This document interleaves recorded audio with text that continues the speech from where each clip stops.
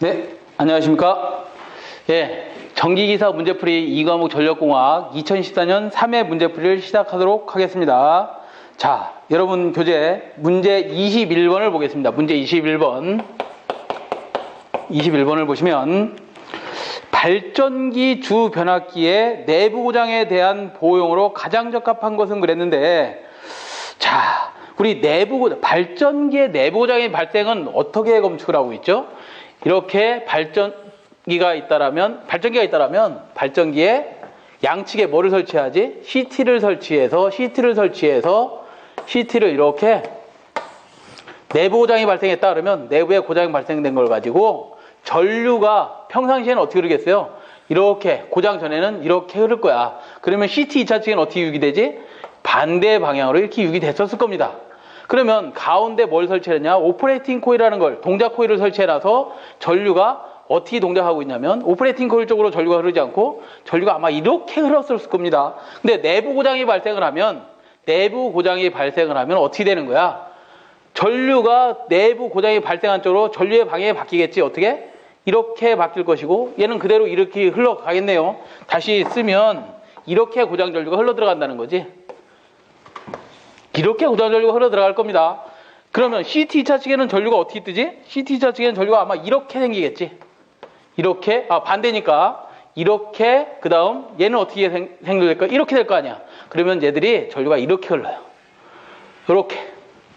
얘는 이렇게 흐른단 말이야. 그러면 1차 측과 2차 측의 CT의 뭐로? 전류의 차로 오퍼레이팅 코일을 동작시키는 거야. 이게 발전기라든가 변압기 내부 고장을 검측하는 겁니다. 검측을 하는데 문제는 이 CT라는 놈은 철심에 감아놓은 거기 때문에 큰 전류가 흘러버리면 포화를 해. 그렇기 때문에 포화하지 말려고 비율을 약간 높여주는 비율 전류 차동 계전기를 설치합니다. 그걸 우리는 번호로 따지면 87번이라고 하고 발전기에 설치한다면 87G. 얘가 변압기를 보호하는 용이다 그러면 87T라고 합니다. 이게 전기적 보호야. 전기적 보호. 전기적 보호를 이렇게 하고 있고 얘를 고장 전류를 억제하는 양쪽에다가 억제 코일을 이렇게 하나씩 더 설치를 해준 것을 비율 차동 계전기 또는 전류 차동 계전기라고 부르고 있습니다. 자, 발전기나 주 변압기의 내부 고장에 대한 보호용으로 가장 적합한 것은 뭐냐 그랬는데 3번에 보시면 비율 차동 계전기로 답을 하면 되겠네요. 답 3번.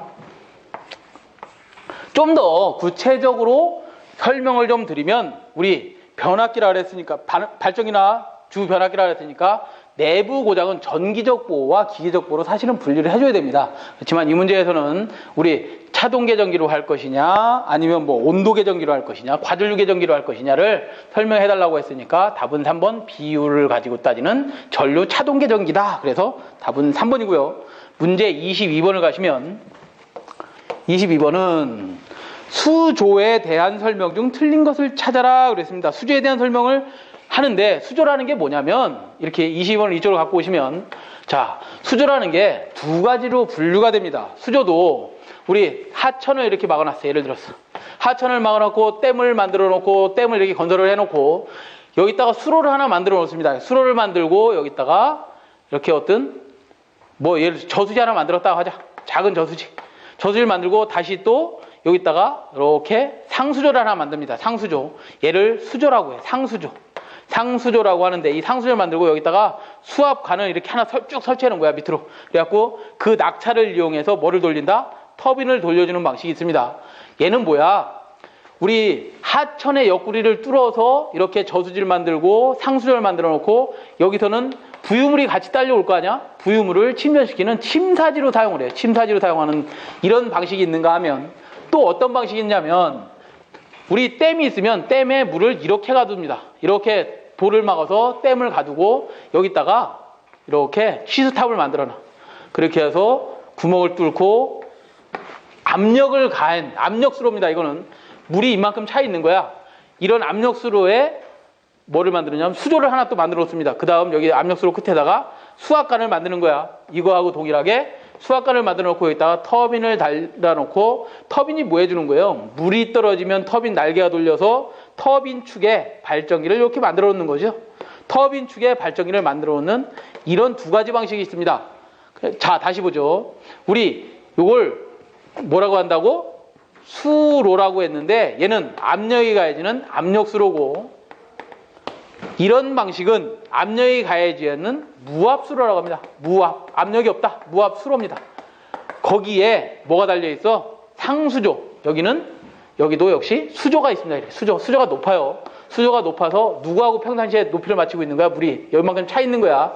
이렇게 수조를 만들어 놓는데, 자, 그에 대해서 설명을 해봐라. 수조에 대한 설명 중 틀린 것을 찾으시오 그랬는데 1번부터 같이 봅니다. 수로 내 수위의 이상 상승을 방지한다. 자, 무슨 소리냐면 갑자기 부하를 쓰고 있다가 발전기에서 저쪽에 부하 모달 이만한 걸 쓰고 있다가 부하를 갑자기 확 끊었어. 그러면 부하를 끊으면 발전기가 돌을 이유가 있어 없어? 없죠. 그러면 터빈에 들어오는 물을 갑자기 닫아버려야 될 거 아니야? 공회전하니까 터빈에 물을 닫아버리면 물이 거꾸로 역류를 합니다. 어떻게 역류하냐? 그냥 순순히 올라가면 되는데 얘가 이 수압관을 막 때려가면서 올라가면서 이 수압관을 파괴시켜버립니다. 그걸 우리는 워터 햄머리라 해서 습격작용이라고 하는데, 그것을 방지하기 위해서 물을 얇아. 이렇게 뭐 두꺼운 게 아니고 얇은 수조를 만들어 놓고 이 물이 들락날락하면서 뭘 맞춰주는 거야? 이 압력을 뭐 해주는 거야? 이거를 완화시켜주는 거야. 물 높이 가지고 뭐를 조정해준다? 이런 습격작용, 수압작용을 다 완화시켜주는 거야. 그래서 1번에 보시면 수로 내 수위의 이상 상승을 방지해준다. 누가? 수조가. 답 1번 맞고요. 2번에 보시면 수로식 발전소의 수로 처음 부분과 수로식 발전소입니다. 수로식 발전소의 수로 처음 부분과 수압관 아래 부분에 설치한다? 이게 수압관이라 그랬는데 수압관 아래 설치됐어요? 위에 설치돼 있잖아. 답은 2번이 틀렸네. 3번도 같이 보시면 답은 2번이고요. 자, 3번에 보시면 수로에서 유입하는 물속에 토사를 침전시켜. 그건 침사지라 그랬잖아. 침사지. 토사를 침전시켜. 여기서도 여기 침사지에서 아주 굵고 돼지부터 사람부터 별거 다 떼놓을 거 아니야. 침사지에서 침사시키고, 요 상수조에서는 뭐 하는 거야? 뭘 침사시키는 거야? 이 수조에서는 나머지 흙성분이라든가 이런 것들, 낙엽 조그만 것들 있지? 그런 것들을 침전시켜주는 침전시켜 배사물을 배사하고 부유물을 제거해주는 역할도 한다. 맞고요. 4번에 보면 상수조는 최대 사용 수량의 1분에서 2분 정도의 조정 용량을 가질 필요가 있다. 그래서 3번, 4번, 1번은 맞는 말이고 2번은 틀렸습니다. 수압관 아래에 있는 게 아니라 수압관 위에 있죠. 자, 답 2번이 되겠고요. 23번에 보시면 23번은 송전계통의 안정도 증진 방법으로 틀린 것은 그랬습니다. 안정도 증진 방법으로 틀린 것은, 자, 우리 엔트미디어 전기기사 문제풀이 2과목 전력공학을 2014년 거 1회부터 보신 분들은 보시면 우리 안정도 향상 대책에 대한 문제는 빠지지 않고 시험 문제 항상 나오죠. 그만큼 중요하더라. 안정도가 뭐라 그랬어? 안정도라는 것은 뭐예요? 어떤 계통에서 고장이 발생하더라도 발전기들이 병렬운전하고 있잖아? 우리나라의 발전기들은 병렬운전하는데 발전기들이 서로 동기를 유지하면서 안정하게 운전되는 정도를 우리 안정도라고 했어요. 안정도라고 합니다. 그 안정도가 떨어지면 안 되잖아. 커 있어야지. 그래서 증진 방법이 항상 중요하게 시험 문제 계속 나오고 있습니다. 송전계통의 안정도 증진 방법으로 틀린 것을 찾으라 그랬습니다. 자, 첫 번째 가장 좋은 증진 방법은 리액턴스를 작은 기기를 설치한다. 두 번째, 전력을 안정화시킨다. 세 번째, 전압을 안정화시킨다. 그 다음, 고장이 발생한 거기 때문에 고장을 빨리 신속하게 제거하면 되는 겁니다. 그게 가장 중요한 안정도 향상 방법입니다. 자, 1번부터 보겠습니다. 틀린 것을 찾으라 했으니까 1번. 직렬 리액턴스를 작게 한다. 왜? 우리 안정도식이 있어. 안정도식은 X분의 리액턴스분의 ES, ER, 사인, 델타라는 값을 갖고 있다. 공식이야, 이게. 안정도 한계식이야. 안정도 한계식인데 거기에 보시면 리액턴스를 작게 해야 안정도가 커지더라. 자, 두 번째, 중간조상 방식을 채용한다 그랬는데 우리 풀이를 잠깐 참고하시면 어디에 나와 있냐면 중간조상 방식이 전압 변동을 작게 한다. 전압을 안정시킨다. 2번에 보시면 풀이 2번에 보시면 전압 변동을 작게 한다 그랬는데 전압 변동을 작게 하는 방법이 여러 가지가 있습니다. 그중에 AVR을 채용한 소극여자 방식을 채용한다. 계통을 연계한다. 중간조상 방식을 설치한다 그랬는데 무슨 소리냐면 전원이 양단에 있답니다. 전원이 이렇게 양단에 있고 이쪽에도 있는데 선로가 긴가 봐. 긴 선로 중간에 동기조상기라든가 이런 조상 설비를 하겠다 이거야. 로타리 콘덴서인 동기조상기를 설치하겠다. 이게 중간 조상 방식이에요. 이런 중간 조상 방식을 채용한다. 그럼 안정도가 향상될 것이다. 예, 맞습니다. 세 번째, 계통을 연계한다. 계통을 연계하면 우리 회로 시간이라든가 4단자 회로망을 배우면서 분명히 배우셨을 건데 거기에서 뭐라고 되어 있지? 1회선 송전하던 때의 임피던스는 2회선으로 송전한다고 하면 그때 임피던스는 어떻게 되지? 2분의 B로 줄어들더라. 임피던스의 주성분은 뭐예요? X값이지. 송전선로의 임피던스는 루트 이렇게 가자. R 플러스 J의 X에서 R은 너무나 작기 때문에 대개가 무시가 되죠. X값이 결국 임피던스잖아. 그 임피던스가 더 연계를 한다면 연계하는 수만큼 X값이 작아지는 거죠. 그래서 계통을 연계하면 안정도가 증진된답니다. 왜? 임피던스가 작아졌다? 뭐야? 임피던스가 작아졌다? 안정도가 증진됐다 이 말이죠. 4번. 원동기의 조속기를 작동을 느리게 한다는 틀립니다. 답은 4번이 되겠다. 자, 24번. 저압 단상 삼선식 배전 방식의 가장 큰 단점은 뭐다 그랬는데 저압 단상 삼선식을 한번 그려볼까? 변압기 1차 측은 단상이랍니다. 2차 측을 이렇게 했답니다. 어떻게? 이렇게 했대. 이렇게 해놓고 자, 스위치를 달아야 되는데 스위치를 이렇게 설치해놓고 그 다음에 여기다 퓨즈를 설치해야 됩니다. 퓨즈. 왜? 선로 보여야 되니까 퓨즈를 설치한다. 그 다음 우리 1, 2차 측 혼촉이 되면 뭐야지? 1, 2차 측이 혼촉되면 2차 측의 전위가 상승되지. 왜? 1차 측은 고압이고 2차 측이 저압이다 그러면 서로 붙었다. 그러면 1차 전압 2차적으로 그대로 들어오는 거 아니야? 그걸 방지하기 위해서 몇 종 접지해야지? 중성선에 가운데 중성선에 뭐를 설치한다? 몇 종 접지한다? 2종 접지한다 그랬잖아. 그죠? 이렇게 접지를 해야 됩니다. 이렇게 단상 3선식을 사용한다. 이렇게 단상 3선식을 사용할 때 가장 큰 단점은 뭐다 그랬는데 자, 가장 큰 단점은 역시나 뭐냐면 전압에 불평형이 생기기 쉽습니다. 왜냐하면 부하를 골고루 설치할 수가 없어. 100, 200V짜리 이 뉴트럴선과 중성선과 R상이라고 S상이라고 할까?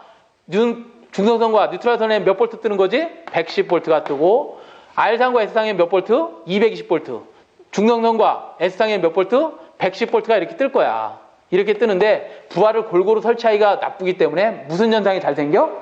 전압 불평형이 많이 발생을 하더라. 이런 경우가 생기는데 이런 경우가 생기는 것을 가장 큰 단점으로 알고 있다. 우리 단상3선식에선 또 알아야 될 부분이 있다. 단상3선식에선 뭘 알아야 되느냐? 중성선은 2종 접지를 해야 된다. 그 다음 스위치는 하나 투입하고 하나 투입하는 방식이 아니라 어떻게 해야 된다? 동시 동작형으로 해야 된다. 또 우리 중성선에는 퓨즈를 설치하면 절대 안 된다. 왜? 퓨즈를 설치했는데 중성선에 퓨즈가 끊어졌다 그러면 100V 부하에 몇 볼트가 걸려버리는 거야? 220이 걸리기 때문에 어떻게 된다? 반드시 동선으로 뭘 해야 된다? 중성선을 직결해야 된다 이 말이야. 직결. 퓨즈를 설치해서는 된다 안 된다? 중성선에는 안 된다. R상이나 S상에는 선로 보호를 위해서 뭘 해야 된다? 퓨즈를 설치하지만 중성선에는 반드시 뭘 설치해야 된다? 동선으로 직결해야 된다. 이런 것까지 알고 계셔야 되고 우리 문제에 충실하자면 단상 3사식 배전 방식에서 가장 큰 단점은 뭐냐 그러면 2번에 전압에 불평이 생기기 쉽더라. 답은 2번입니다. 중성선에 불평이 생긴다. 우리 불평이 생기는 것을 방지하는 게 뭐지? 단상 3사식에서 밸런서죠. 밸런스를 맞춰주는 거지. 저압 밸런서. 그래, 밸런서를 설치하면 그 불평형 방지가 되겠죠. 거기까지 좀 알아두시고 자 25번으로 가겠습니다. 송전선로의 송전 특성이 아닌 것을 찾아라 그랬습니다. 송전선로의 송전 특성이 아닌 것은, 송전선로를 우리 어떻게 구분하죠? 단거리 송전선로, 그 다음 중거리 송전선로, 그 다음 또 뭐로 구분하죠? 장거리로 구분한다. 장거리로 구분하는데 단거리는 몇 킬로미터까지를? 50km까지를 단거리라고 하고 50에서 100km를 중거리로 표시하고 100km 이상을 장거리라고 얘기합니다. 그죠? 자, 단거리에서는 선로에 뭐만 고려한다? 선로 정수 중에서 R과 L만을 고려한 집중정수회로 해석한다 그랬어요. 집중정수회로 해석한다. 중거리에서는 RL, CG 중에서 뭐를 고려한다? RL, C까지를 고려한다. 그죠? 그 다음에 집중정수회로 해석한다 그랬고, 장거리 송전선로에서는 R값, L값, C값, G값을 모두 고려하는데 얘들이 골고루 분포되어 있는 분포정수회로 해석한다고 그랬었죠. 자, 문제로 충실하면 송전선로의 송전 특성이 아닌 것은 그랬는데 1번 단거리 송전선로에서는 누설 컨덕턴스 정전 용량을 무시해도 된다. 아, 그렇네요. G나 C를 무시했답니다. 단거리에서는. 맞고요. 2번 중거리 송전선로는 회로 해석을 할 때 T형 회로 해석도 하고 파이형 회로 해석도 하죠. 이렇게 한답니다. 맞고요. 3번 100km를 넘는 송전선로는 근사 계산식을 사용하는 게 아니라 분포 정수 회로 해석한다 그랬지? 그죠? 자, 그래서 틀렸다. 답은 3번. 4번 장거리 송전선로 해석은 특성 임피던스와 전파 정수를 사용한다. Z 오메가와 뭐 감마를 사용해서 회로 해석한다. 답은 몇 번? 3번이 되겠네. 3번. 자, 26번으로 가겠습니다. 26번.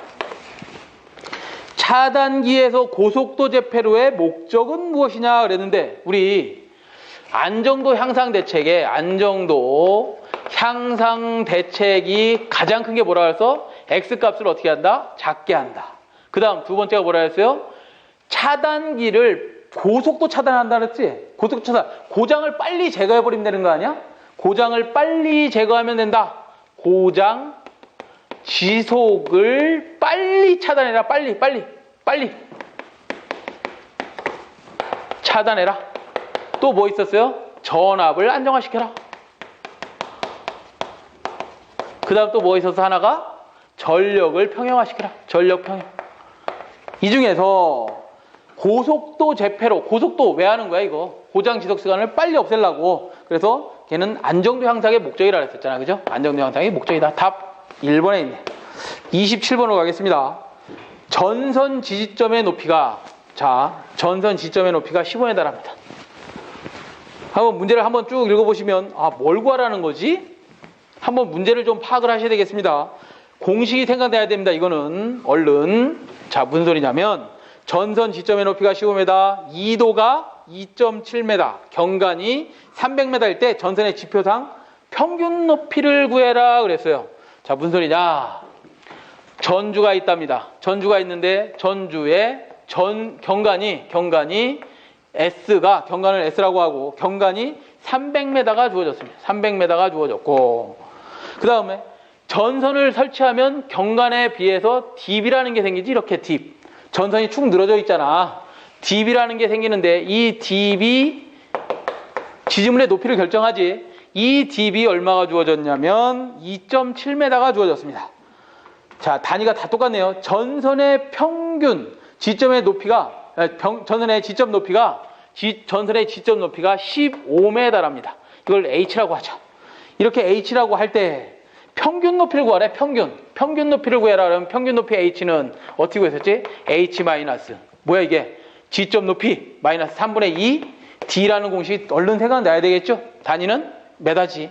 자, H가 15m 마이너스 3분의 2 곱하기 D가 얼마 주었어요? 2.7m 주었네. 뭐 간단한 문제. 계산기만 때릴 줄 알면 되겠네. 그죠? 계산기만 잘 누르시면 되겠습니다.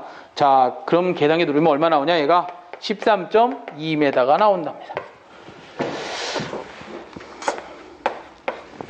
답 2번에 있네요. 그죠? 28번으로 가겠습니다. 28번. 저압 네트워크 방식의 장점이 아닌 것은 저압 네트워크 방식. 자, 우리 저압 배전 방식에는 뭐가 있죠? 가지식이 있었고 그 다음에 또 뭐가 있어? 환상식. 그 다음에 또 뭐가 있죠? 조합 뱅킹 방식, 조합 네트워크 방식이 있지. 자, 순서대로 부른 겁니다. 가장 복잡하고 좋은 방식은 뭐야? 네트워크 방식이고 그 다음에 누구? 환상식. 그 다음에 누구? 그 다음에 누구예요? 아니, 조합 뱅킹 방식, 그 다음에 환상식, 그 다음에 가지식이지. 가장 우수한 게 조합 네트워크 방식입니다. 지금 문제에서 조합 네트워크 방식의 장점이 아닌 것을 찾으랍니다. 1번부터 보시면 인축의 접촉 사고가 적어진다. 네트워크망으로 아주 촘촘하게 구성되어 있기 때문에 사람이 접촉할 위험성도 상당히 많습니다. 답은 벌써 정해졌네. 1번. 자, 2번도 보시면 부하 증가 시 적응성이 아주 양호합니다. 뭐 예를 들어서 우리 수영가들이 갑자기 여기 하나 생겼다 그러면 전원 줄게. 이런 거죠. 우리 가지식은 어떻게 해야 돼?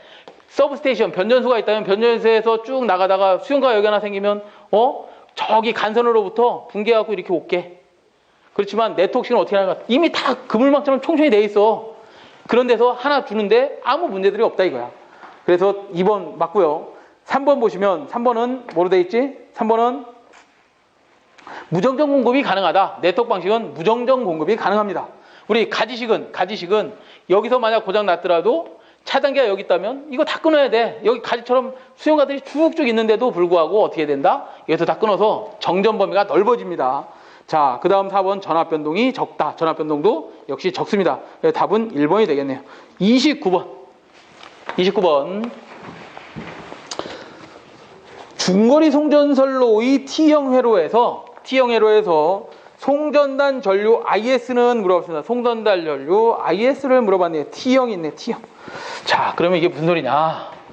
우리 중거리 송전선로에서의 해석은 T형과 파이형이 있다 그랬어요. 무슨 소리냐? 선로에 임피던스가 있을 것이고 선로에 어드미턴스 성분이라는 게 있을 거 아니야. 이렇게 있고 송전단에서 전압 ES를 뭐 했어요? 인가하고 수전단에서 전압 ER을 이렇게 수전 받았겠지. 이렇게 있는데 이것을 해석하려면 두 가지 방법이 있다는 거야. 어떻게? T형 또는 파이형으로 해석하라. 근데 우리 문제에서는 T형 해석하라 그랬으니까 T형 해석이 어떤 거냐면 T 말 그대로 생긴 대로 써먹어라 이거야. 어떻게? 요 T자에다가 임피던스를 2등분하고 어드미턴스는 그대로 둬라 이 말이거든. 자, 그러면 다시 그려보면 T형 회로를 한번 그려보면 T형 회로를 그리면 이렇게 그리라는 거야. 저 위의 회로를 이렇게 변환해라 이 말이야. 어떻게? 2분의 Z. Z를 이렇게 두 개로 나눠서 분포시키고 그 다음에 어드미턴스를 이렇게 하나로 만들어라. 그 다음에 송전단에서 ES를 인가하고 수전단에 전압 ER을 수전해라. 송전단에 전류 IS가 흐를 것이고 수전단에 전류 IR이 이렇게 흐를 것이다. 여기서 어떤 거 구하라 그랬어요? 자, IS를 구하라 그랬어요. IS. 자, 그럼 우리 4단자 회로에서 4단자 정수에서 우리 ES는 공식이 어떻게 됐고 IS는 어떻게 됐는지 보자. ES는 어떻게 됐어요? A의 ER 플러스 B의 IR이었다. IS는 C의 ER 플러스 D의 IR이었다. A, B, C가 뭐야? 얘가 4단자 정수지. A는 무슨 B? 자, 만약에 우리가 수전단이 무부하 상태다. 무부하 상태면 IR이라는 놈이 뭐야? 0. IR이 0이랍니다. 무부하 상태면. 그러면 A라는 놈을 따로 구해보면 ER분의 ES가 되겠지. 결국 수전단 전압에 대한 송전단 전류의 B가 A가 되는 거죠. 그러면 A라는 놈은 뭐야? 결국은 얘는 전압비더라. 전압비. 자, IR이 0이라 그랬으니까 C를 구해보면 C는 ER분의 IS더라. ER분의 IS. 얘는 뭐야? 결국은 임피던스 성분이 아닌 어드미턴스 성분이다. 얘는 결국은 뭐야? 어드미턴스 성분이구나. 어드미턴스. 다시 이제 수전단을 단락합니다. 단락하면 전압이 얼마가 되는 거야? 0이 되는 거지. 수전단 전압이 0이 됩니다. 자, 그럴 때 B를 한번 구해보자. B를 구하면 IR분의 뭐가 되겠어? ES. I분의 V다. 결국 뭐야? 걔가 임피던스 아니야? 아, B는 임피던스 성분이구나. ER이 제로라 그랬습니다. 왜? 수전단을 단락하면 전압이 0이 되는 거야. 전압이 0이 되면서 D를 구할 수 있다. D 정수는 뭔지 알아보자. 그러면 IR분의 IS다. 아, 수전단 전류에 대한 송전단 전류의 B구나. 아, 얘는 결국 전류비네. 전류비야. 이럴 때 여기 IS를 구해보래. IS를 구하는데 뭐부터 구하면 되는 거야? A, B, C, D만 구하면 되는 거지. A, B, C, D를 알면 여기다 인가 뭐만 시켜주면 돼? 나중에 대입만 시켜주면 될 거 아니야? 그래서 A, B, C, D를 이렇게 행렬식으로 한번 구해보자. 자, 그러면 이 행렬식을 세울 때 어떻게 세워요? 다 세워드리진 않겠지만 A, B, C, D 행렬식을 세울 때 먼저 뭐부터 세우는 거야? 다 버리고 뭐만? 얘만 가지고 먼저 첫 번째 행렬식을 세우고 그 다음은 누구? 얘 버리고 어드미턴스 가지고 두 번째 행렬식을 세우고 그 다음 세 번째 거는 다 버리고 누구 거만? 끝에 거만 가지고 행렬식을 세우면 되는 거지. 자, 그러면 전압이나 전류는 계속해서 인가가 되고 있으니까 전압 전류는 다 1이다. 첫 번째 두 개 다 버리고 하나만 갖고 와라 했으니까 임피던스 B가 얼마예요? 2분의 Z다. B는 임피던스 B라 그랬잖아. 어드미턴스는 얼마야 여기서? 0, 0. 그죠? 자, 그 다음에 두 번째 거 갖고 세워보자. 어드미턴스 거 갖고 우리 행렬식으로 세우면 전압 전류는 그대로 인가되어 있으니까 1이라고 보고 임피던스는 있어요 없어요? 없다. 어드미턴스는 얼마야? Y다. 자, 세 번째 행렬식을 세울 땐 누구 다 버려라? 앞뒤 거 두 개 다 버리고 전압 전류 1이고 2분의 Z. 어드미턴스 있다 없다? 없다. 제로. 이거 행렬식으로 풀 줄 알지? 다 풀어보면 A라는 놈은 어떻게 나와요? 1 플러스 2분의 ZY가 나올 것이고 B라는 놈은 T형으로 해서 뭐가 나오는 거야? Z의 1 플러스 4분의 ZY가 나올 것이고 자, C라는 놈은 Y가 나오고 D라는 놈은 1 플러스 2분의 ZY가 나올 것이다. 여기에 뭐 곱해진 거야? ER, IR이 이렇게 곱해진 거죠. 자, 그렇게 따지면 자, 우리 4단자 정수에서 IS 구하라 했으니까 IS식을 한번 세워보자. IS는 C 갖다 집어넣고 D 갖다가 집어넣으면 IS가 만들어지네. 그러면 C라는 놈이 어떻게 생겼어? T형으로 해서 Y에 ER 플러스 D가 얼마예요? D가 1 플러스 2분의 ZY 1 플러스 2분의 ZY에 뭐야? IR. 이거 찾으면 되네 이거. 답 몇 번? 1번에 있네 1번. 답 1번. 30번으로 가겠습니다. 30번. 자, 조금 빨리 풀게요. 삼상 배전선로의 말단에 지상용률 80%, 160kW인 평형 삼상 부하가 있다. 부하점에 전력용 콘덴서를 접속하여 선로 손실을 최소가 되게 하려면 전력용, 자, 선로 손실을 최소가 된다는 얘기는 역류를 얼마로 하면 되는 거야? 100%로 하면, 역류를 100%로 하면 손실은 최소가 되겠지? 자, 최소가 되게 하려면 전력 콘덴서에 필요한 용량은 어떻게 되느냐 그랬는데 이런 거죠, 이런 거. 원래 이런 게 있답니다. 30번은 자, 지상역률이 80%가 있답니다. 이렇게. 그리고 유효전력이 160kW, 유효전력이 160kW이고 삼성평형부하가 있다. 부하점에 전력용 콘덴서를 접속하여 선로 손실을 최소로 하기 위한 최소로 한다는 얘기는 이 역률을 80%에서 얼마로 계산하겠다는 거야? 1로 계산하겠다는 거지? 그러면 결국 이 Q1을 먼저 구해보면 전력 콘덴서 달기 전에 Q를 구해보자. 얘 무효전력을 한번 구해보면 얘는 어떻게 되겠까? P에다가 이 P 유효전력에다가 탄젠스 세타 곱해주면 되는 거지. 결국 이렇게 구하는 거 아니야? P라는 놈은 160kW에다 곱하기 탄젠스 세타는 코사인 세타분의 사인 세타죠. 자, 그러면 코사인 세타가 우리 문제에서 0.8이었고 사인 세타는 어떻게 구하면 돼? 0.6이지? 자, 이렇게 계산하면 얼마가 나올 거고 이거를 역류를 계산하기 위해서 콘덴서를 설치했답니다. 이 QC를 얼마짜리 달긴 달았는데 걔가 얼마짜리냐면 아직 몰라. 아직 모르는데 그 QC를 계산하라 이 말이야. QC를 계산할 때 QC 계산은 최종식이 어떻게 되지? P에다가 탄젠스 세타 1 마이너스 탄젠스 세타 2 이 식을 이용해서 계산하라는 거죠. 자, 그럼 P가 160kW였고 탄젠스 세타 1은 코사인 세타 1분의 사인 세타 1 마이너스 코사인 세타 2분의 사인 세타 2지. 자, 그러면 이렇게 구해보자. 160에다가 곱하기 코사인 세타 1이 얼마였어? 아까 0.8분의 0.6 마이너스 코사인 세타 2를 얼마로 하라는 거야? 1로 하라는 거냐? 1분의 사인 세타는 그럼 어떻게 구하나? 1의 사인 세타는 어떻게 되나? 루트 1 마이너스 1의 자승이 아니야. 이렇게 구하라는 거지. 이거 계산했더니 얘가 얼마 나오냐? 120 kVR이 나오더라 이 말이야. 그래서 답은 120. 답 몇 번? 2번에 있습니다. 자, 다음 31번. 송전선로에서 지락보호 계전기의 영향이 가장 확실한 접지 방식은 그랬는데 우리 Y결선 직접 접지할 거냐 또는 Y결선 저항 접지할 거냐 또는 뭐 델타 결선 비접지할 거냐 아니면 Y결선 여기다가 소리액터 접지를 할 거냐 이렇게 됐을 때 이렇게 다 선로를 가설했을 때 지락고장이 생겼다 이거야. 지락고장이 생겼을 때 가장 지락전류가 가장 큰 것은 어떤 거냐 이거지. 왜? 지락전류가 커야 보호계전기 달아서 검출하기가 쉽지. 왜? CT다는 거니까. CT. 어디다가? 여기다가. 지락전류를 검출하는 CT. 뭐야? OCGR.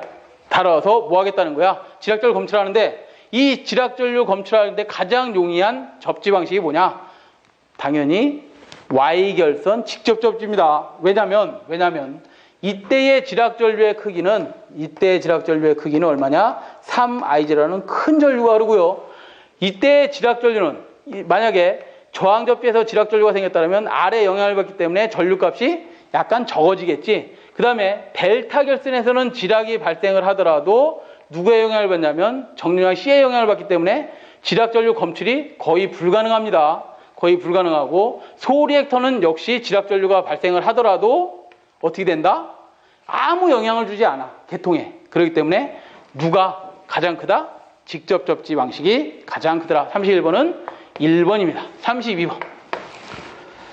부하 설비 용량이 600kW, 부동률이 1.2, 수용률이 60%일 때 합성 최대 수용 전력을 구해라 그랬어요. 자, 무슨 소리냐면 문제를 풀이를 좀 참고하시면 우리 부등률이 주어졌고 수용률이 줬고 합성 최대 전력을 킬로와트로 구하래. 킬로와트. 자, 이걸 어디서 구해야 되느냐 그러면 우리 부등률, 부하율, 수용률이라는 공식을 다 배우셨을 거고 공부를 하셨기 때문에 지금 문제풀이 과정을 보고 있는 건데요. 문제풀이 과정을 하고 계시는 건데 우리 부등률이라는 것은 각수요 최대 전력의 각수요 최대 전력의 합을 뭘로? 합성 최대 전력으로 나눈 것이지. 각수요 최대 전력의 합도 역시 킬로와트일 것이고 합성 최대 전력의 합도 킬로와트일 겁니다.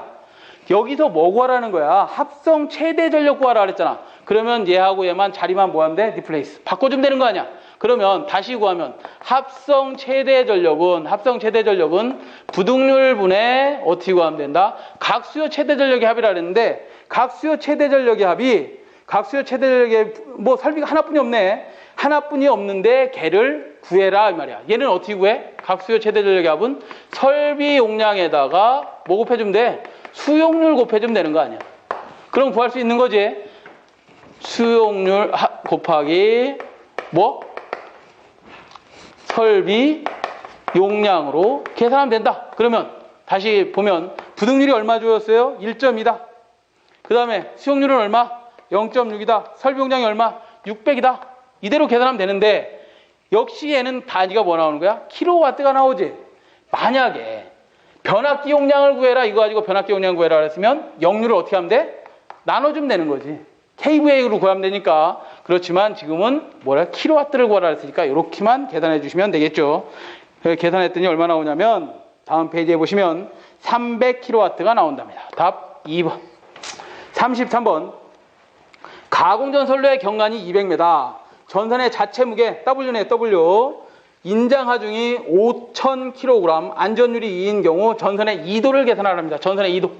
자, 33번은 전선의 2도 계산식 D분 8T분의 W S의 자승이다. T가 뭐예요? 수평장력. W가 뭐야?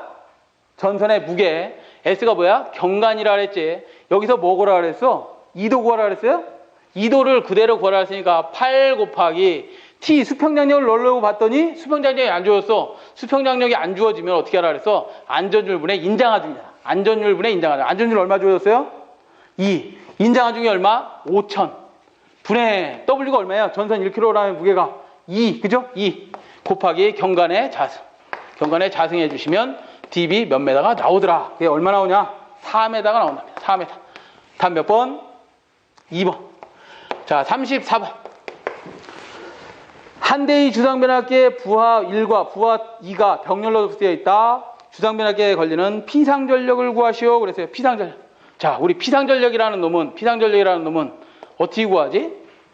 VI 아닌가? 단위가 뭐예요? 볼트 암페어죠? 유효전력은 뭐야?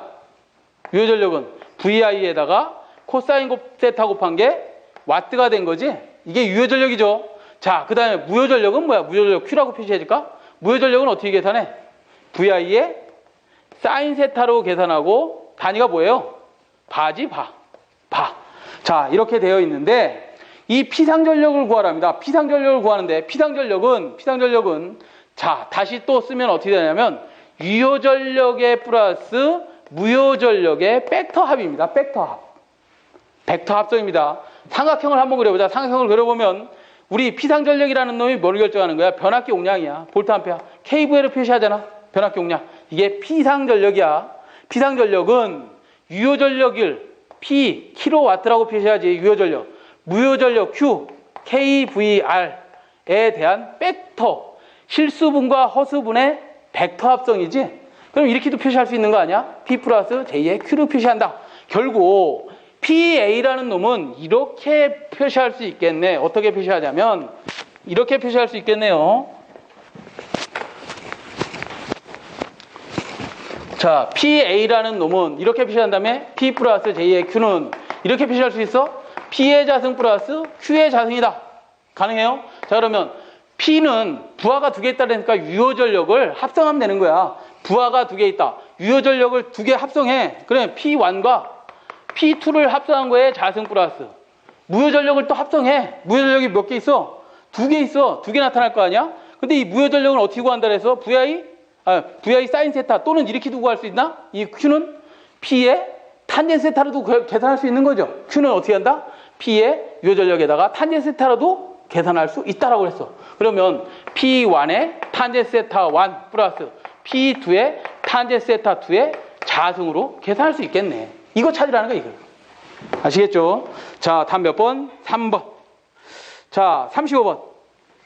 삼상삼선식 송전선로에서 각선의 대지정전용량이 밑줄 CS 값이죠. 대지정전용량. CS가 0.5096 마이크로페럿이고 선간 정전용량이 0.1295 마이크로페럿이다.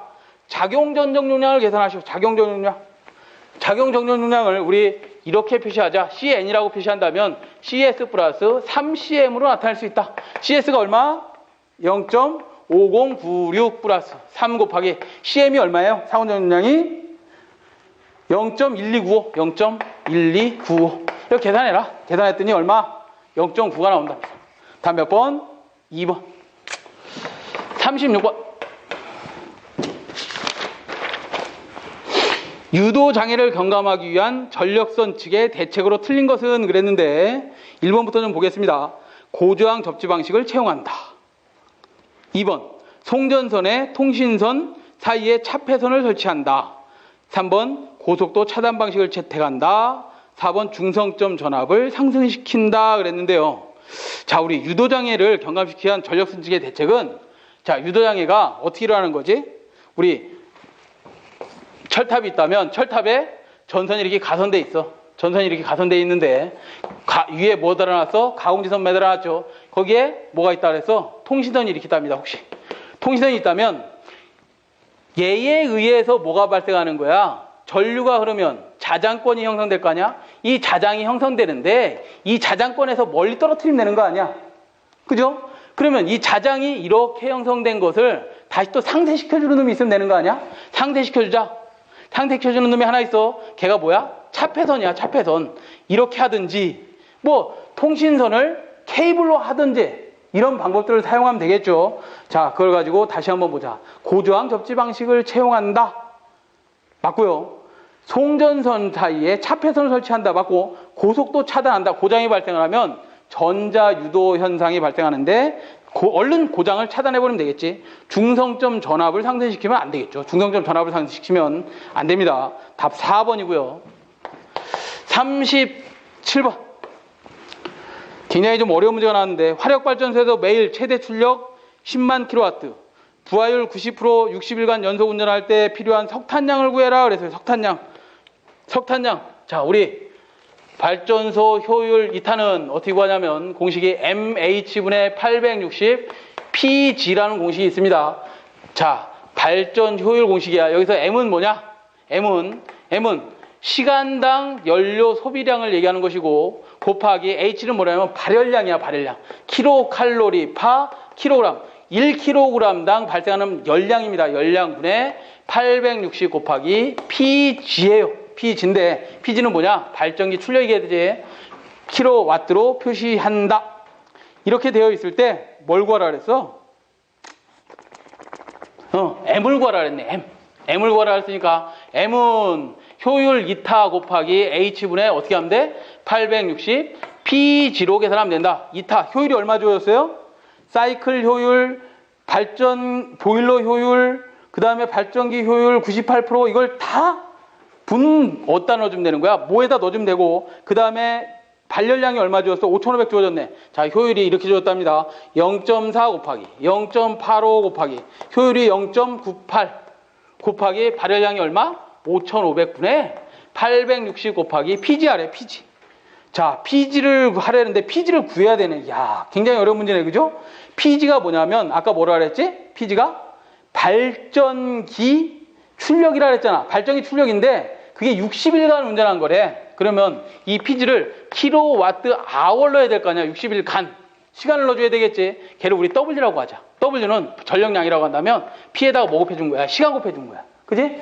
그러면 P에다가 시간을 곱해줘야 되니까 자, 뭘 구해야 되냐면 60일간 전력량을 구해야 되겠지. 60일간 전력량을 그러면 어떻게 구하느냐? 60일간 전력량은 이렇게 구하면 되겠죠. 어떻게 구하느냐? 문제에서 좀 어렵게 주어졌는데 부하율 공식 기억나죠? 부하율이라는 놈은 최대 전력에 대한 사용 전력 양을 어떻게 했어? 시간으로 나눴잖아. 시간. 여기서 사용 전력량을 계산해서 시간 곱해준 거잖아. 그게 전력량이지. 자, 그러면 사용 전력량이라는 놈은 어떻게 계산하면 되는가? 최대 전력 넘겨주고 자, 다 곱해주면 되는 거네. 부하율 곱하기 시간 곱하기 최대 전력 곱해주면 사용 전력량이 나오지. 걔가 누구야? PG를 구하는 거야. 그럼 사용 전력량은 부하율이 몇 프로 주어졌어요? 90%. 0.9 곱하기 시간은 얼마야? 60일이니까 60일 곱하기 얼마 해야 돼? 24시간 곱해주면 될 거 아니야. 최대 전력은 얼마 주었어? 최대 출력 10만을 곱해주면 얘 계산했더니 얼마 나오냐면 129600 킬로와트가 나온답니다. 얘를 어디다 넣어주라는 거야? 여기다 넣어주라는 거야. 넣어주고 계산기 누르면 얼마다? 60.818000 킬로그램이 나온답니다. 석탄량이. 그걸 톤으로 구하라 그랬잖아. 톤으로 가랬으면 10에 몇 승 해줘야 돼? 다시 10에 마이너스 3승을 해줘야 톤 나올 거 아니야. 다 계산했더니 몇 번? 60820 톤이 나온답니다. 이걸 시험장에 가서 풀었다고? 어떻게 풀어 이거를? 이 공식도 모르고 이것도 모르는데. 그냥 찍어. 답 1번. 자, 38번. 송전선의 내격에 대한 차폐 등으로 가선하는 가공지선에 대한 설명 중 옳은 것은 가공지선이 뭐라 그랬어? 뇌차폐하는 거라 했잖아요. 뇌차폐. 자, 송전선의 내격에 대한 차폐 등으로 가선하는 가공지선에 대한 설명 중 옳은 것은 그랬습니다. 1번. 차폐각은 보통 15에서 30도 정도로 하고 있다. 땡. 30에서 40도로 하고 있지 않았지? 2번. 차폐각이 클수록 차폐 효과가 크다? 차폐각이 작아야 차폐 효과가 큰 거죠. 3번. 가공지선으로 이선을 차폐하면 차폐각이 적어진다. 당연하지. 그래서 우리나라는 765 같은 경우는 765kV 같은 경우는 마이너스 8도 차폐하고 있습니다. 345 같은 경우는 몇 도 차폐하느냐면 0도 차폐하고 있어. 가공지선 두 개 다 깔아가지고. 아시겠죠? 답 3번. 39번. 달로기에 대한 설명. 달로기 시험 잘 나옵니다. 달로기에 대한 설명으로 틀린 것은 1번 소호장치가 있어 아크를 소멸한다? 소호장치가 없습니다. 아크 소멸 못합니다. 아시겠죠? 달로기는 무부하 충전전류만 차단하는 거야. 무부하 충전전류만 차단하는 기능이 있다. 차단이 아니지. 개폐하는 기능이 있는 거지. 개폐. 아시겠죠? 답 1번. 40번. 송전선로의 복도체를 사용하는 주된 목적이 뭐냐? 복도체가 뭐야? 복도체. 40번은. 반도체를 똑같은 굵기에 이도체로 이렇게 나눠버린 게 복도체지. 이 복도체를 사용하는 주된 목적은 뭐야? 코로나 발생 감소예요. 코로나 발생 감소. 가장 중요한 목적이에요. 아시겠죠? 왜? 우리나라 코로나가 발생되는 전압이라는 게 있어. 그 전압의 크기는 여러분들 공식을 외우고 계시겠지만 24.3 M0 M1의 델 D 로그 11m라는 R분의 D야. 여기서 M0가 뭐야? M0가 전선의 표면계수. 이거 어떻게 할 수가 없는 거야. M1 날씨계수. 조상님이 알아서 다 하셔. 하느님이. 델이 뭐야? 상대 공기밀도. 이걸 이 높이에 따라서 공기밀도가 다 틀립니다. 이것도 어쩔 수가 없어. 이격과를 지켜야 되기 때문에 결국 D가 뭐를 결정하는 거야? 전선의 굵기가 코로나가 개시되는 전압의 크기를 결정해요. 전선을 굵게 하면 굵게 할수록 개시 전압이 높아져. 개시가 뭐야? 코로나가 일어나기 시작하는 전압이잖아. 그 전압을 크게 해야지만 어떻게 된다? 코로나가 발생하지 않겠죠? 그래서 전선을 굵게 하려고 복도체 사용하는 거야. 아시겠죠? 전선을 굵게 해야지만 코로나가 발생한다 안 한다? 안 한다. 그래서 복도체를 사용하는 겁니다. 답 몇 번? 1번. 예, 이렇게 2014년 3회 관연도 문제풀이를 마치도록 하겠습니다. 예, 수고하셨습니다.